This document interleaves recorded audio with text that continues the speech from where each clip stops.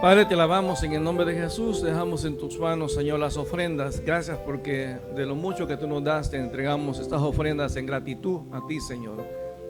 Te pedimos que en este momento que vamos a entrar al tiempo de la palabra, en segunda vez en este domingo, Señor, te pedimos que tú también sigas tomando el mensaje y lo apliques a nuestra vida, Señor. Te damos gracias por lo bueno que tú eres, en el nombre de Jesús, amén. Vamos a ir a Romanos 12, por favor. Hemos estado hablando ya varios domingos sobre el tema de la voluntad de Dios y hemos estado viendo varios aspectos importantes. Los jóvenes van a salir, yo no sé si quieres salir, Carla, con ellos, para que a lo mejor, porque ya lo pueden hacer en francés, es más fácil que les traduzcan allá. ¿Habla español? Bueno, como quieras, si pueden quedar aquí o allá, como quieran. Sí. Bueno, entonces hemos estado hablando del tema de la voluntad de Dios y es un tema sumamente importante, porque una de las preguntas que mucha gente se hace realmente es: ¿cuál es la voluntad de Dios para nuestra vida? Y a veces uno siente que es algo complicado, difícil, pero usted se da cuenta que realmente no es nada difícil, que es algo sumamente sencillo. Ahora, veíamos en Romanos capítulo 12, en primera parte del versículo, cuando Pablo dice: así que, hermanos, os ruego por las misericordias de Dios. Él dice que todo lo que hacemos tiene que ser en base al agradecimiento que tenemos hacia Dios por todo lo que Él ha hecho. Él nos ha dado salvación, a pesar de conocernos como somos. Fíjense que yo he puesto varias veces este ejemplo. Si nosotros supiésemos cómo es exactamente la otra persona con la cual estamos estableciendo una relación de noviazgo, posiblemente no lo hiciéramos. Porque a veces cuando uno anda en el noviazgo, uno aparenta a veces cosas que no son. Hace mucho tiempo apareció en el cine una película que se llamaba El gato con sombrero, A Cat in the Hat.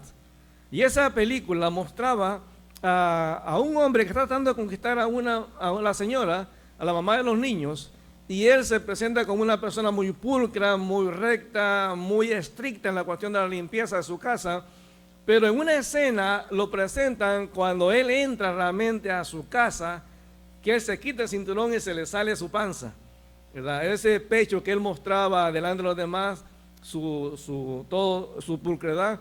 Cuando entra a la casa, empieza a eructar, empieza a mostrar lo sucio que realmente es. Entonces, pero cuando ella anda conquistando a la señora con la que quiere establecer una relación, con la que quiere casarse, él le demuestra una apariencia que no es la realidad. Entonces, pero Dios establece una relación con nosotros a pesar de conocernos. Y a veces nosotros queremos acercarnos a Dios con la apariencia de la religión. Fíjense que la religión impone un montón de cosas que realmente Dios nunca ha establecido. Por ejemplo, hay gente que hace penitencias, hay gente que se mantiene por largos periodos de tiempo sin comer, tratando de agradar a Dios con eso. Y no es que sea malo, pero no es eso lo que realmente Dios espera de nosotros. Dios lo que quiere es que tengamos fe en Jesucristo y que eso impacte nuestra vida en todas las áreas de nuestra vida. Entonces, dice ahí Pablo: así que, hermanos, os ruego por las misericordias de Dios, es decir, por todo lo que Él ha hecho, que presentéis vuestro cuerpo en un sacrificio vivo, santo, agradable a Dios, que es vuestro culto racional. Es decir, yo lo primero que tengo que hacer para conocer la voluntad de Dios es presentar mi cuerpo, o sea, ofrecerle mi voluntad. El derecho que no tengo a tomar decisiones, tengo que entregárselo a Dios y dejar que realmente Dios me guíe. Fíjense que muchas veces a todos los seres humanos pasa un periodo de rebeldía. A todos nos cuesta cuando llegamos a los 10, 12 años, no nos gusta que nadie nos diga nada. De hecho, los niños pasan lo que se llama en la psicología infantil la adolescencia infantil. Como al año, entre 1 y 3 años, los niños pasan ese periodo de adolescencia infantil y el niño todo dice no. ¿Usted lo quiere agarrar? No. ¿Quiere recoger el juguete? No. O sea, todo es no. Entonces, a veces los seres humanos nos pasa exactamente lo mismo con Dios. Todo le decimos que no, porque pensamos que nosotros tenemos la razón y tenemos la capacidad de decidir por nosotros mismos. Ahora, aparte de entregarle nuestro cuerpo a Dios, decíamos el domingo pasado que ahí en el versículo 2 nos enseña la segunda cosa. Dice que tenemos que cambiar nuestra manera de pensar. Tenemos que aprender a ser originales. Lastimosamente en el mundo es bien fácil vivir en copias. Fíjense que, por ejemplo, las modas, ¿quién establece cómo nos vestimos? Gente que usted y yo no lo conocemos. Por ejemplo, las modas llegan, yo no sé si usted ha visto un desfile de modas, pero a veces ese tipo de ropa la gente le pone precios exagerados, muy altos, porque piensan que con eso van a establecer una moda. Yo no sé si hace mucho tiempo o usted ha visto alguna vez a nuestros muchachos que se ponen esos pantalones flojos y que se lo ponen hasta aquí, hasta abajo de las posaderas, del trasero, y los muchachos andan con ese tipo de pantalones, o se ponen los pantalones así porque es una moda, y a veces no se dan cuenta de dónde viene esa moda. La gente dice que ese tipo de moda de poner el pantalón abajo de las posaderas empezó en la cárcel, porque ahí en la cárcel los presos a los que les gustaban los hombres y querían tener relaciones sexuales con hombres, se bajaban el pantalón diciéndole a los otros presos: yo estoy disponible para cuando quieras tener sexo conmigo. Entonces ese era el mensaje. Entonces los muchachos se ponen el pantalón abajo porque, bueno, se ve cool. Usted ha visto a veces a los muchachos en la calle, se le ve el calzoncillo y andan el pantalón abajo, se ve feo eso. Entonces, pero es la moda. Entonces lo hacen no porque sean originales, es una copia simplemente.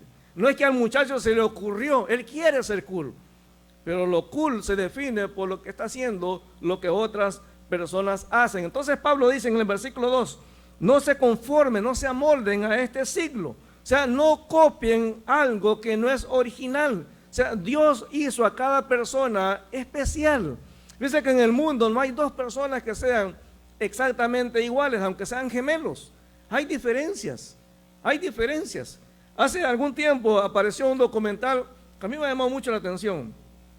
Un doctor hizo un experimento en un hospital y resulta que hubo una mujer que tuvo trillizos, pero yo no sé cómo, pero a la mujer la convencieron de que realmente los niños habían nacido muertos y dejó la cosa así. Entonces este doctor que hizo el experimento los puso en 3 familias diferentes a los muchachos. Y un día uno de ellos, ya estando crecido, llega a una escuela en un lugar en Estados Unidos, creo que era en Pensilvania. Llega a una escuela y cuando va caminando, todos le decían Eric. Le decía: hola Eric, ¿cómo estás? Qué bueno, ¿cómo te fue en las vacaciones? Y él le decía: ¿y este tipo a quién le estarán hablando? Entonces un amigo de él le queda viendo y le dice: oye Eric, ¿cómo estás? Pero entonces lo observa y le dice: oye, tú no eres Eric. Le dice: no, no soy Eric, me llamo John, por ejemplo. Le dice: pero eres igualito a Eric. Le dice: pero yo no conozco a tal Eric. Mira, le dice más, él se mudó a otro pueblo, entonces ya no viene a esta escuela, te voy a llevar para que tú lo conozcas. Cuando este muchacho llega y toca la puerta y el otro sale, se aparece como que es un espejo. Uno más gordito que el otro, pero igualitos. Dice: oye, pero ¿cómo es que somos parecidos? Entonces empiezan a investigar y tienen los mismos genes, el mismo ADN. Entonces cuando salen las noticias, resulta que aparece el tercero. El tercero ve las noticias, ve a 2 que se parecen a él y dice: pero es imposible. Cuando se juntan los 3 en la televisión, se dan cuenta que todo fue un experimento en un hospital. Pero a pesar de que son parecidos, cuando tú los observas, ves la diferencia. No hay nadie que tenga copia. Todos en el mundo somos originales. Entonces Dios quiere que vivamos como originales, que no copiemos a otras personas, que vivamos realmente como lo que Dios nos ha hecho, como personas originales. Por eso dice que no tenemos que conformarnos a cómo piensa el resto de las personas, sino que tenemos que renovar nuestra manera de pensar. Fíjense que la manera de pensar define realmente cómo somos. La Biblia lo dice, que el hombre según piensa, así es. Fíjense que una persona, aunque tenga todas las posibilidades del mundo de triunfar, si en su mente se convence de que es un fracasado, va a vivir como fracasado. Si la persona piensa, aunque no tenga recursos, pero piensa que tiene oportunidades y se esfuerza, va a llegar a hacer algo. Entonces muchas veces todo empieza en la manera de pensar. La manera de pensar define lo que vamos a hacer. Cuando usted ve un problema matemático y de pronto se da cuenta de que es muy difícil y dice: no, yo no puedo, ya se bloqueó. Esta semana veía la historia de un hombre, un muchacho que llegó tarde allí en Maryland, llegó tarde a su clase de matemáticas. Siempre llegaba tarde, pero ese día él llegó tarde y el profesor lo regañó. Y él dice que en la historia que se sentó en su silla, entonces vio que habían unos problemas, 2 problemas que habían escrito, y empezó a copiarlos porque él dijo, han de hacer la tarea. Y los copió, y entonces ni le ponía atención a lo que el maestro estaba diciendo. Entonces se tardó como una semana en hacer las 2 operaciones, y cuando las terminó, se las llevó al profesor. Pero el profesor, como no había dejado tarea, pues no le puso mucha atención. Pero como a las 2 semanas lo llamaron a la oficina y él estaba asustado porque pensó que algo malo había hecho. Y entonces cuando entra se da cuenta que hay muchas personas que están en la oficina, muchos maestros y gente que se veía muy seria. Y entonces le dicen, oye, ¿quién hizo estos problemas? ¿Quién los resolvió? Y él dice, pues yo. Dice, es que tú pusiste atención en la clase. Dice, pues realmente no. Dice, estos 2 problemas ningún matemático en el mundo los ha podido resolver. ¿Cómo lo hiciste tú? Ahora, era un estudiante promedio, un estudiante que no era muy inteligente, muy aplicado. Pero cuando vio ese problema, él dijo, no, yo voy a esforzarme. Él no sabía que nadie los había podido solucionar, pero él se esforzó, se enfocó tanto, él creyó que podía hacerlo, que al final logró algo que nadie había podido lograr hacer en el mundo. Entonces Dios quiere que entendamos que cada uno de nosotros somos originales. Tenemos que transformar nuestra manera de pensar. Si pensamos que somos fracasados, en Cristo dice la palabra que somos más que vencedores. Si a lo mejor pensamos que somos personas que nuestro pasado nos tiene atados, tenemos que cambiar nuestra manera de pensar y entender que ahora en Cristo somos nuevas criaturas. Fíjense lo que dice la palabra, por favor. Allí en Efesios capítulo 4. Efesios capítulo 4. Versículo 17, dice que antes, cuando usted y yo no conocíamos a Cristo, podíamos pensar de esa manera, pero ahora que estamos en Cristo, nuestra manera de pensar tiene que ser diferente.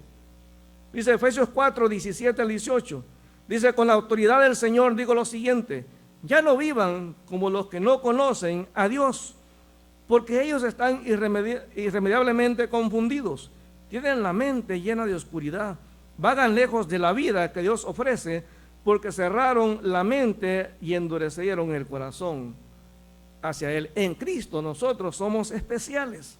Fíjense que la palabra aquí, cuando habla de renovar, la idea es como cambiarse algo viejo por algo nuevo. Es como cuando usted se cambia ropa, como cuando usted a lo mejor llega al trabajo muy transpirado, muy sucio, y llega a la casa, entonces toma un baño. Sería como ridículo o sin sentido que de pronto usted llegó con la ropa sucia de lodo, lleno de sudor, y después usted entra a la regadera, se da un buen baño, y cuando sale a la regadera, se pone los mismos calcetines, el mismo calzoncillo, el mismo pantalón y la misma camisa. Entonces, ¿de qué le sirvió bañarse? Bueno, no de mucho, porque esa ropa le va a volver a transmitir la suciedad. Entonces, en lo espiritual es lo mismo. Cristo ya nos dio una vida nueva, como dice 2 Corintios 5:17. Dice que de modo que está en Cristo, nueva criatura es. Las cosas viejas pasaron, todas son hechas nuevas. Es decir, en Cristo es una nueva criatura. Debo tener una manera diferente de pensar. Ya somos nuevas criaturas y por eso debemos de aprender a pensar de una manera diferente. En 2 Corintios 3:18. 2 Corintios 3:18. Vea lo que dice, por favor. 2 Corintios 3:18. Así que todos nosotros, dice, a quienes nos ha sido quitado el velo, podemos ver y reflejar la gloria del Señor. Y el Señor, quien es el Espíritu, nos hace más y más parecidos a Él, a medida que somos transformados a su gloriosa imagen. La transformación del cristiano, hermano, es como la de la mariposa. La mayoría de seres humanos, o algunos seres humanos, le tienen miedo a los gusanos. Cuando usted ve un gusano feo, peludo, nadie lo quiere acariciar. Usted no va a ir a decir, ay, qué bonito se le ven los pelos al gusano. No, da asco ver un gusano así. Pero ese gusano, cuando pasa el proceso de transformación y se convierte en una mariposa con colores bonitos, uno lo ve diferente. ¿Qué es lo que nos hace cambiar la actitud? Sea el mismo animal. La transformación que hubo en la persona. Ahora, yo no puedo, ahora que estoy en Cristo, seguir usando la misma ropa que usaba antes en lo espiritual. No puedo ahora estar en Cristo y seguir comportándome como me comportaba antes. Tiene que haber alguna manera diferente de vivir. Dice en 1 Corintios 2:16 que usted y yo que estamos en Cristo ya tenemos la mente de Cristo. Ahora yo le pregunto esto, ¿qué será eso de tener la mente de Cristo? ¿Qué será eso de tener la mente de Cristo? 1 Corintios 2:16 dice, porque ¿quién conoció la mente del Señor? ¿Quién le instruirá? Mas nosotros tenemos la mente de Cristo. Es decir, que usted y yo podemos, a través de la mente de Cristo, poder ver las cosas tal como Dios las ve. Por ejemplo, ¿cómo vio Jesús el tema de la obediencia cuando Dios le mandó que fuera a la cruz? ¿Qué le dijo Jesús realmente a Dios? ¿Qué es lo que pensó Jesús cuando Dios le dijo que tenía que ir a la cruz? Jesús le dijo, Señor, que no se haga como yo quiero, sino como tú quieres. Es decir, que yo como cristiano puedo aceptar que la voluntad de Dios es lo mejor para mi vida. Para Jesús en su mente lo más importante era predicar el evangelio. Es decir, que yo tendría que tener como cristiano el deseo de compartir la palabra del Señor como algo normal en mi vida. Pero lo real es que la mayoría de cristianos no compartimos el evangelio. Si yo me pongo a preguntarle a usted, si usted cuántos años tiene de cristiano, usted me dice, bueno, 5 años. La primera pregunta que yo le haría, bueno, ¿cuántas personas usted ha llevado a Cristo? ¿A cuántas personas usted le ha compartido el evangelio que se haya convertido? Si usted no puede ni siquiera contarlo con los 5 dedos de la mano, hay un problema. Y es que hay 5 años que Dios ha invertido en usted que no ha habido fruto. ¿Se acuerda la parábola de la higuera? Cuando el Señor fue a buscar fruto y no le encontró, aparentaba que tenía fruto, pero no había nada.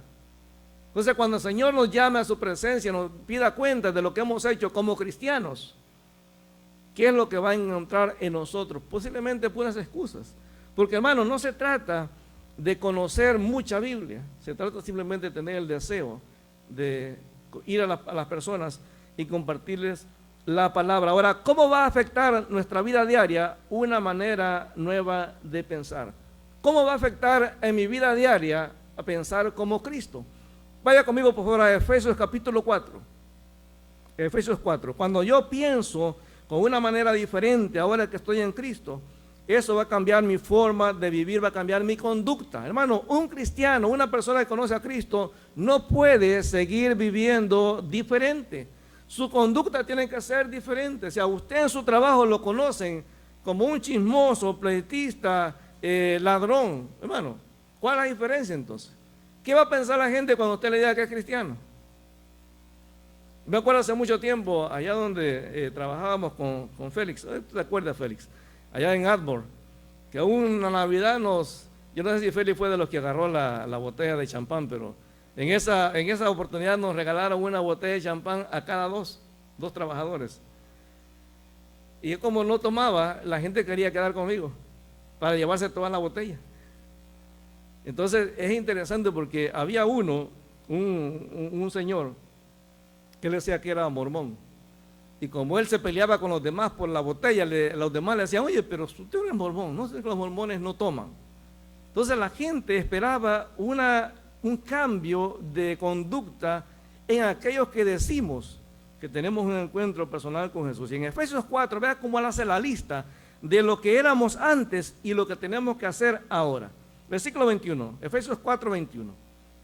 Ya que han oído, estoy leyendo la Nueva Traducción Viviente, ya que han oído sobre Jesús y han conocido la verdad que procede de Él, desháganse de su vieja naturaleza pecaminosa, quítense la ropa que usaban antes y de su antigua manera de vivir, que está corrompida por la sensualidad y el engaño.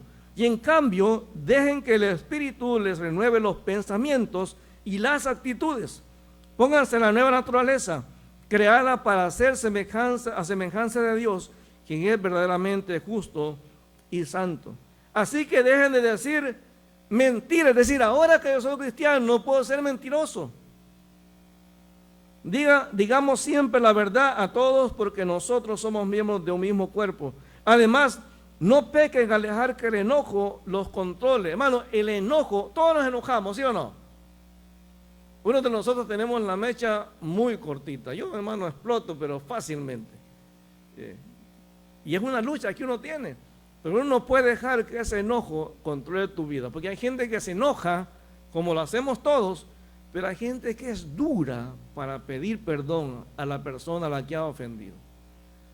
Si es una pareja, para ellos es normal irse a dormir con la mujer, a pesar de que la ofendieron.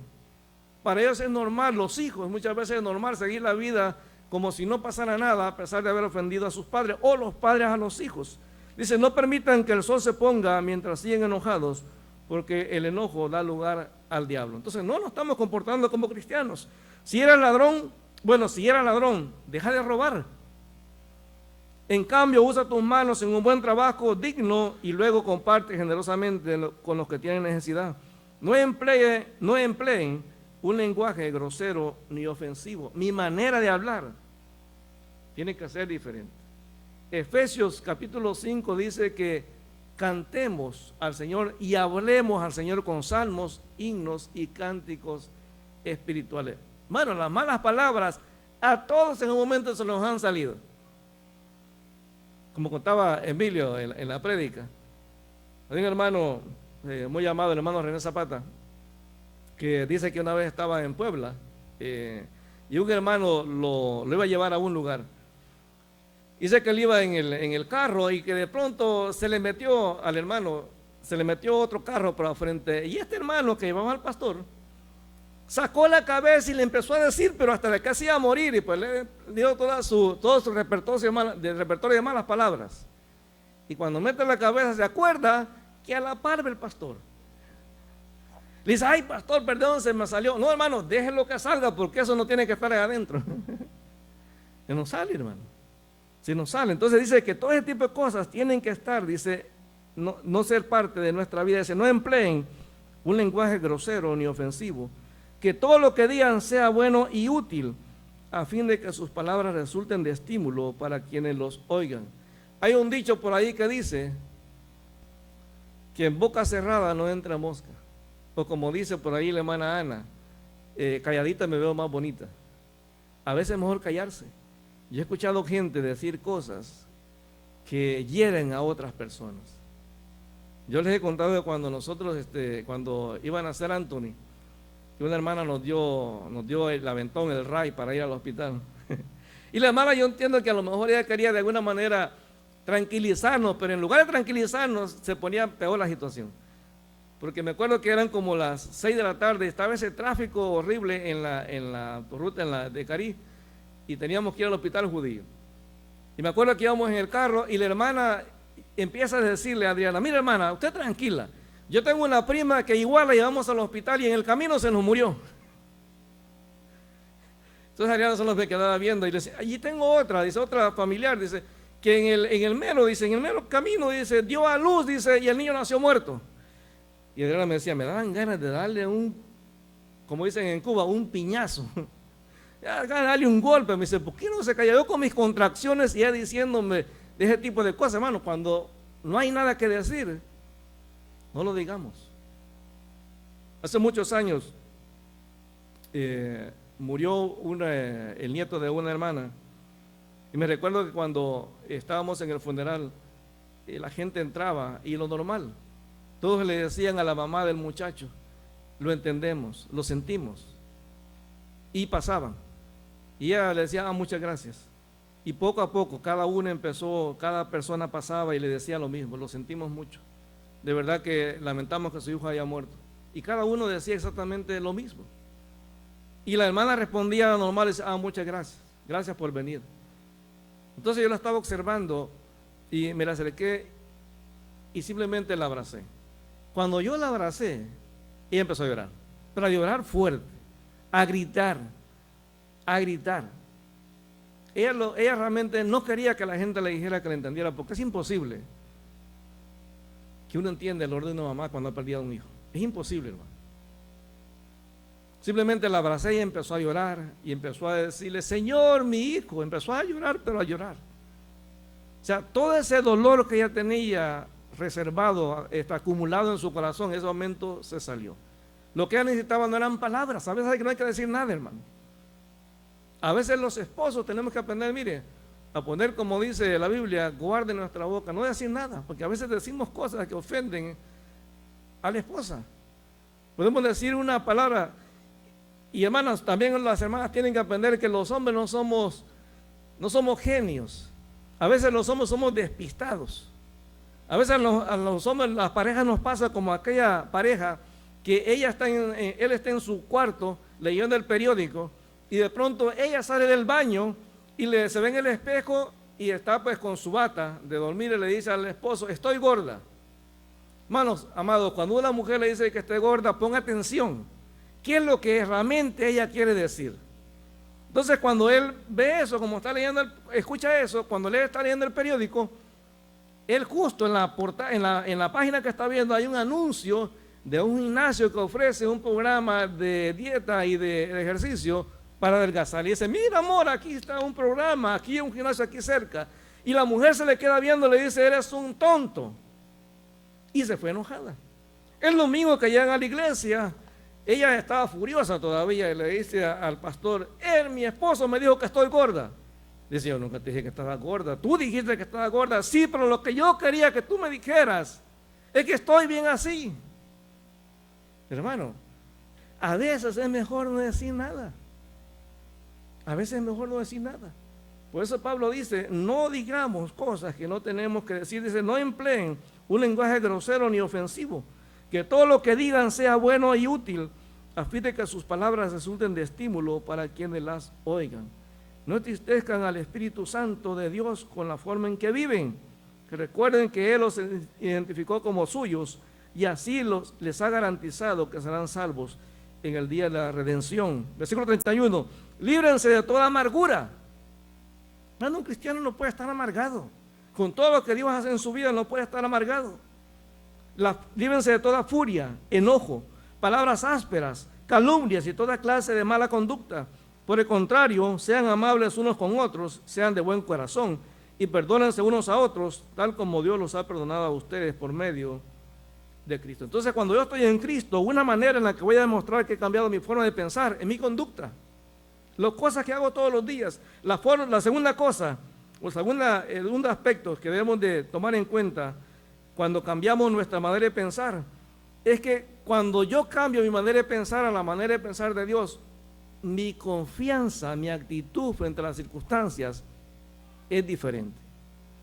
Hay gente que cuando vienen los problemas, lo primero que hace es llamar al compadre, o llamar a la comadre, o llamar al pastor. Bueno, la primera persona a la que debo recurrir cuando estoy en problemas es a Dios. Porque los pastores no podemos hacer milagros, hermano. En un salón de belleza pusieron un rótulo que decía, se hace maquillaje, no milagros. Es cierto, hermano, yo puedo orar por usted, pero yo no puedo cambiar las circunstancias. A veces yo mismo tengo que llegar al Señor y presentarle mis circunstancias, porque yo mismo a veces no sé qué hacer. O sea, a veces uno no tiene, mire, a veces la gente nos está contando los problemas y a lo mejor usted me verá que yo me quedo con la mirada fija. Estoy orando, hermano, porque yo siempre le digo lo mismo al Señor. Señor, soy un inútil, no sé realmente qué responder en este momento. Dame palabra tú. Y Dios siempre me lleva al versículo adecuado que la persona necesita escuchar en ese momento. Porque, hermano, hay cosas que nosotros no sabemos. Entonces tenemos que mantener nuestra confianza en Dios todo el tiempo y en cualquier circunstancia, pero para eso tenemos que cambiar nuestra manera de pensar. Filipenses 4, del 6 al 9. Filipenses 4, del 6 al 9. Vea por favor lo que dice ahí. Filipenses 4, del 6 al 9. Dice, por nada estén afanosos, sino sean conocidas sus peticiones delante de Dios en toda oración y ruego, con acción de gracias. Y la paz de Dios, que sobrepasa todo entendimiento, guardará vuestros corazones y vuestros pensamientos en Cristo Jesús. Por lo demás, hermanos, todo lo que es verdadero, todo lo honesto, todo lo justo, todo lo puro, todo lo amable, todo lo que es de buen nombre, si hay virtud alguna, si hay algo digno de alabanza, en esto pensad. Lo que aprendisteis y recibisteis y oísteis y visteis en mí, esto haced. Y el Dios de paz estará con vosotros. Hermano, cuando las circunstancias difíciles vienen a nuestra vida, yo tengo que poner mi confianza en Dios. Hermanos, hay cosas en el mundo que nosotros no podemos cambiar. Muchos cristianos han muerto en este tiempo, hermano. Muchas congregaciones se han quedado sin pastor.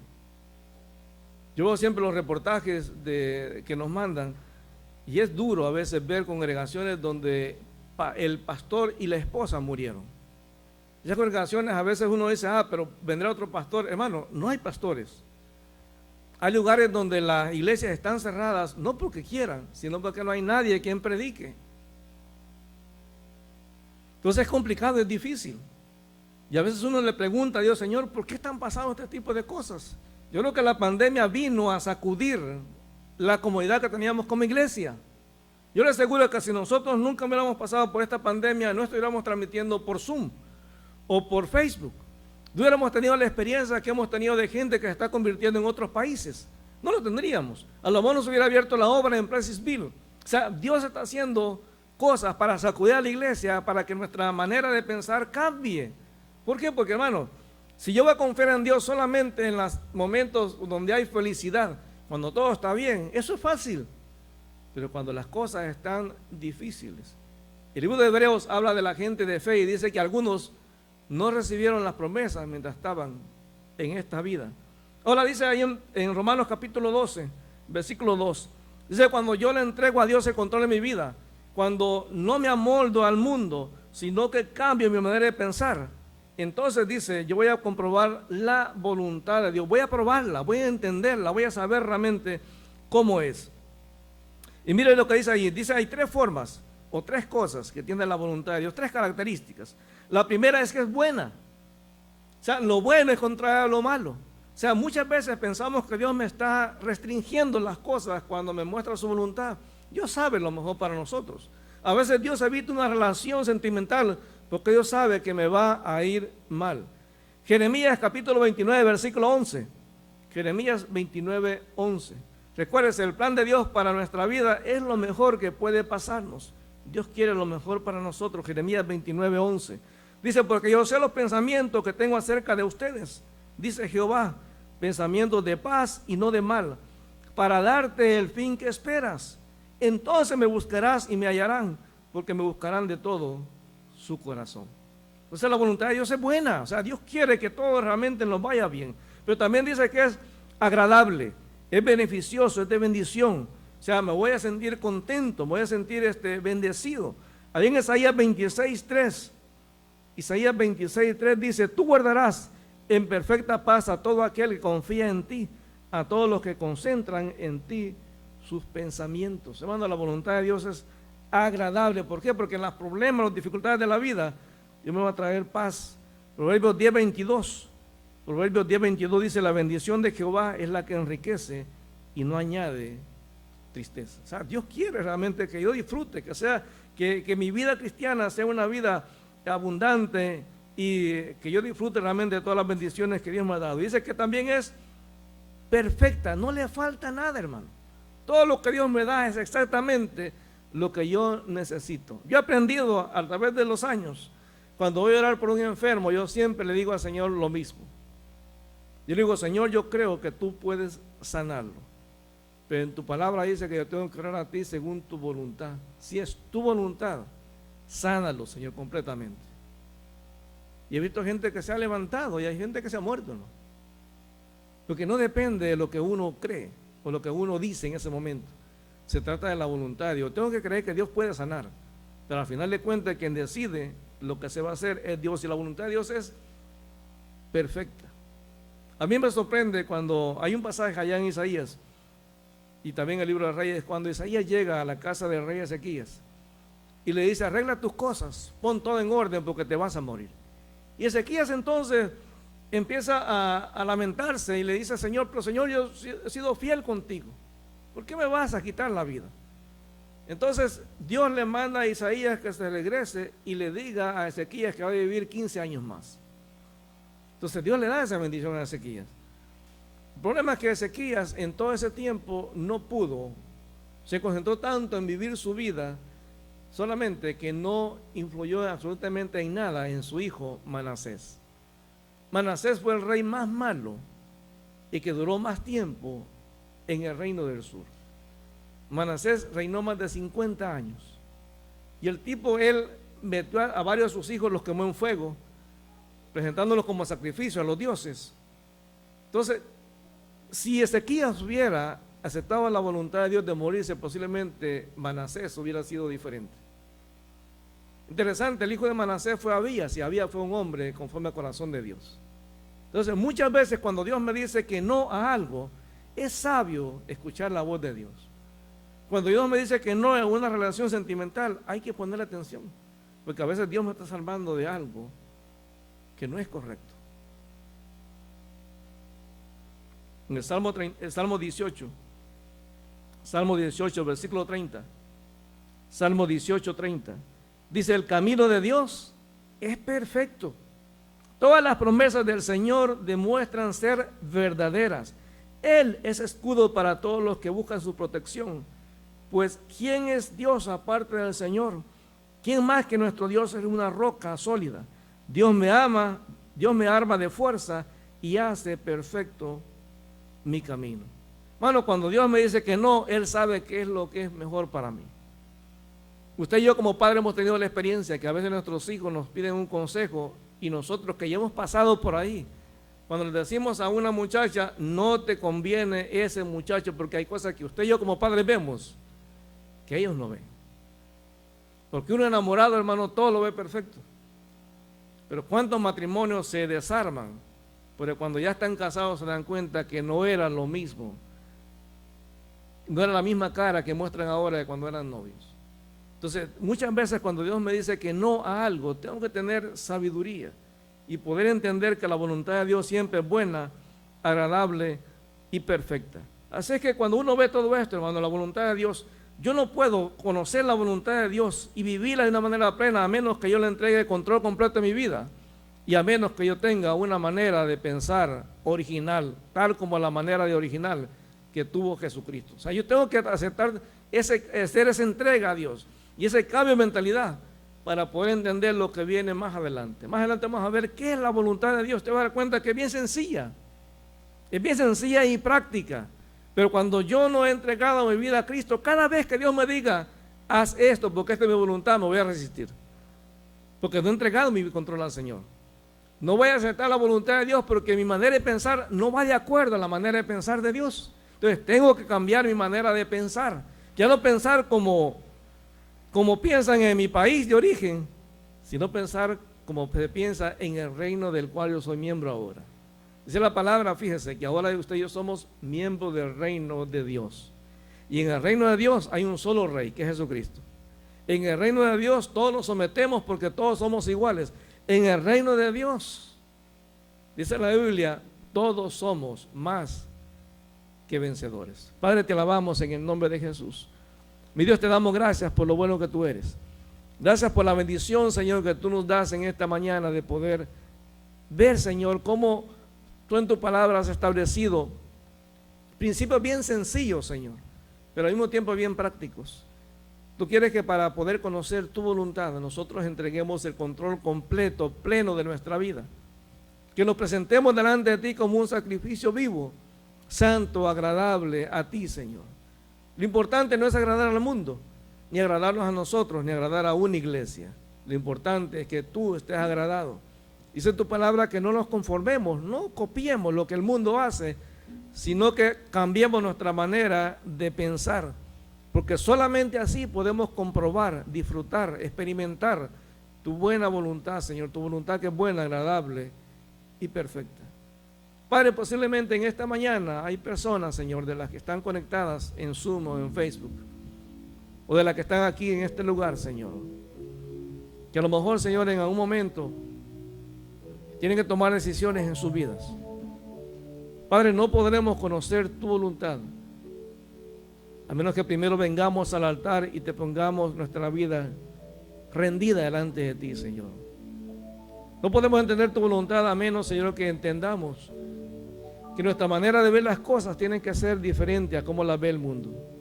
Que hoy tú quieres que empecemos a ver las cosas desde el punto de vista que tú las ves, Señor. Y Padre, en el nombre de Jesús, te pido que seas tú, Señor, a través de tu Espíritu Santo, el que toque la vida de cada uno de los que estamos, Señor, escuchando este mensaje. y aquellos que lo van a escuchar después, Señor. Te pedimos en el nombre de Jesús, Señor, que, como dice tu palabra, que todo pensamiento lo llevemos a los pies de Jesús, que nos sometamos, Señor, a los pies de Jesús, que entendamos, Señor, que tu voluntad es buena, que es agradable, que es perfecta, Señor, que no le falta nada, pero que muchas veces no las conocemos porque en nuestra vida estamos haciendo las cosas como nosotros creemos que deben de hacerse, porque en nuestra vida, Señor, estamos pensando y observando las cosas como el mundo las ve, Señor. Pero Padre, en el nombre de Jesús, en esta mañana, Señor, queremos poner nuestra vida en tus manos. Amado hermano, ahí donde estás,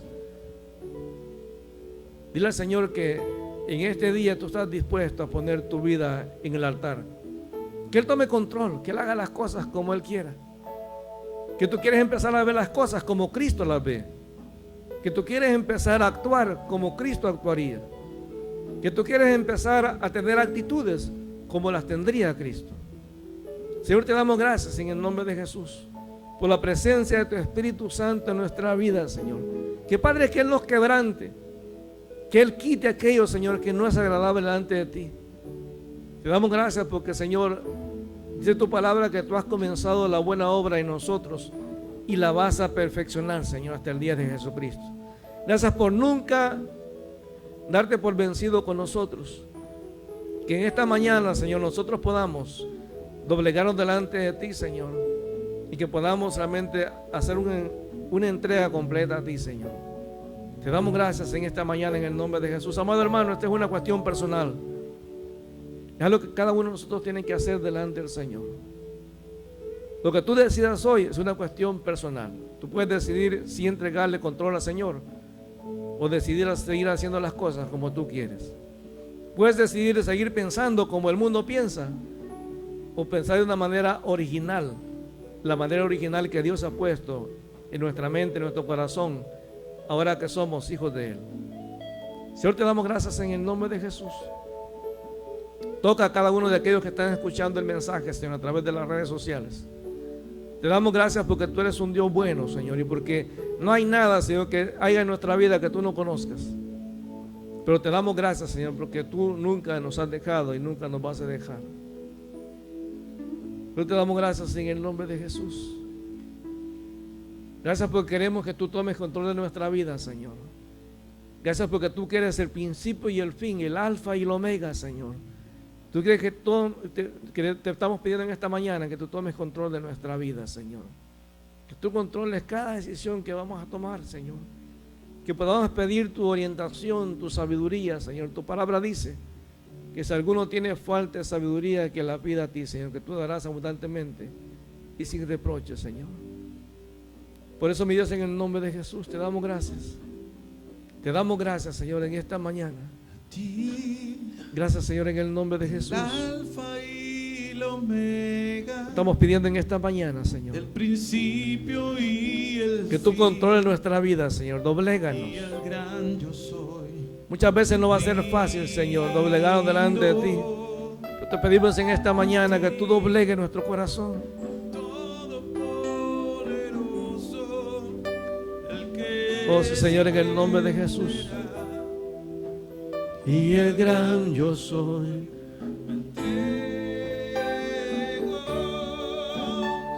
yo quiero que gobiernes Mi vida, me doy en sacrificio a ti. Quiero que ordenes mi caminar, que siempre viva en tu voluntad. Señor, en el nombre de Jesús, dígaselo al Señor. a ti.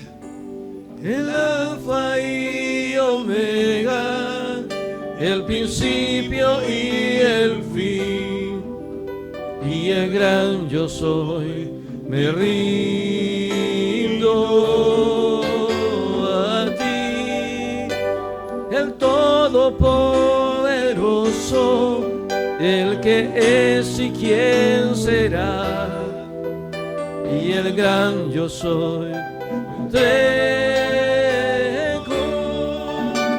Yo quiero que gobiernes mi vida. Me doy en sacrificio a ti. Yo quiero que ordenes mi caminar, que siempre viva en tu voluntad. Yo quiero que gobiernes mi vida. Me doy en sacrificio a ti. Yo quiero que ordenes mi caminar, que siempre viva en tu voluntad. Así como estamos orando, queremos hacer una invitación también a aquellos que nunca han tomado la decisión de aceptar a Cristo como su Señor y Salvador. Quiero decirle que Dios, dice la palabra, ama a cada persona en este mundo. Juan 3:16 dice que de tal manera amó Dios al mundo. Eso te incluye a ti también. Dice la palabra también que el amor de Dios es práctico, porque al amar a Dios al mundo dice que dio a su Hijo único para que todo aquel que en Él cree no se pierda, mas tenga vida eterna. O sea, Dios te ama tanto que estuvo dispuesto a entregar a su Hijo para que muriese en la cruz del Calvario. Pero también dice la palabra que el que cree en Cristo es salvo, el que no es condenado. La decisión de aceptar o rechazar a Jesús es una decisión personal. Tú quieres en esta mañana entregarle tu vida a Cristo, haz esta oración conmigo. No es una oración mágica, simplemente es una guía. Dile: Señor Dios, en esta mañana reconozco que soy pecador. Reconozco que mi vida está alejada de ti, Señor. Reconozco que no hay ninguna religión, ninguna iglesia, ningún líder religioso que me pueda salvar. Señor, reconozco que Jesús dijo que Él es el camino, la verdad y la vida, y que nadie puede llegar al Padre sino a través de Él. En esta mañana yo decido entregarle mi vida a Jesús para que sea el Señor, el dueño de mi vida y mi Salvador, aquel que pagó en la cruz del Calvario por mis pecados. Esta mañana yo decido entregarle mi vida a Cristo para que Él sea mi Señor y Salvador.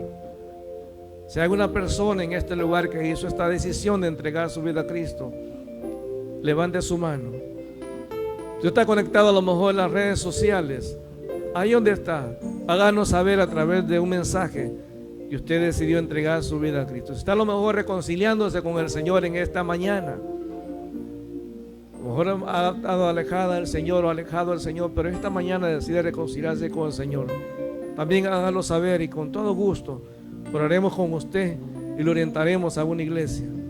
Padre, te damos gracias en el nombre de Jesús. Gracias, Señor, en el nombre de Jesús. Gracias, Señor, en el nombre de Jesús. Que siempre viva en tu voluntad. Yo quiero que gobiernes mi vida. Me doy en sacrificio a ti. Yo quiero que ordenes mi caminar, que siempre viva en tu voluntad. Señor, que siempre viva en tu voluntad. Siempre viva en tu voluntad. Padre, te damos gracias en el nombre de Jesús. Que esta semana sea una semana de victoria, Señor. Que esta semana podamos glorificar tu nombre en todo lo que hagamos. Esta semana vivamos como originales, Señor. Viviendo cada día, Señor. Entregando el control absoluto de nuestra vida solamente a ti, Señor. Te damos gracias, mi Hijo, y te bendecimos. En el nombre de Jesús, Señor. En el nombre de Jesús. Amén. Vamos, hermanos.